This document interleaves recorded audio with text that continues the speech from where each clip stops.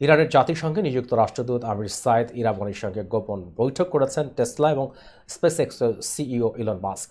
New York টাইমসের প্রতিবেদনে বলা হয়, গত সোমবার ওয়াশিংটনের দুই ব্যক্তির মধ্যে এই বৈঠক অনুষ্ঠিত হয়। ইরানের দুই সরকারি কর্মকর্তার বরাতে জানানো হয়, বৈঠকটি ফলপ্রসূ হয়েছে এবং দুই দেশের উত্তেজনা কমানোর উদ্যোগ হিসেবে এই বৈঠক করা হয়। বিশ্বের অন্যতম প্রভাবশালী ব্যক্তি ইলন মাস্ক সম্প্রতি মার্কিন রাজনীতিতেও সক্রিয় ভূমিকা পালন করছেন। আসন্ন প্রেসিডেন্ট নির্বাচনে তিনি রিপাবলিকান প্রার্থী ডোনাল্ড ট্রাম্পকে প্রকাশ্য সমর্থন জানিয়েছেন এবং তার প্রচার কার্যক্রমেও যুক্ত হয়েছেন। বিশাল অর্থ বিনিয়োগের মাধ্যমে ট্রাম্পের প্রচারকে এগিয়ে নিচ্ছেন মাস্ক। তবে ইরানের সঙ্গে মাস্কের মধ্যস্থ থাকার উদ্যোগকে অনেক বিশ্লেষক অভূতপূর্ব বলছেন। মাস্কের এই পদক্ষেপ ট্রাম্পের সম্ভাব্য বিজয়ের পর তার ভূরাজনৈতিক প্রভাব আরও বাড়াবে বলে মনে করা হচ্ছে। এ বিষয়ে মাস্ক বা ইরানি কর্তৃপক্ষ আনুষ্ঠানিক কোনো মন্তব্য করেনি। তবে বৈঠক দুই দেশের সম্পর্ক উন্নয়নে কতটা ভূমিকা রাখবে তা এখন দেখার বিষয়।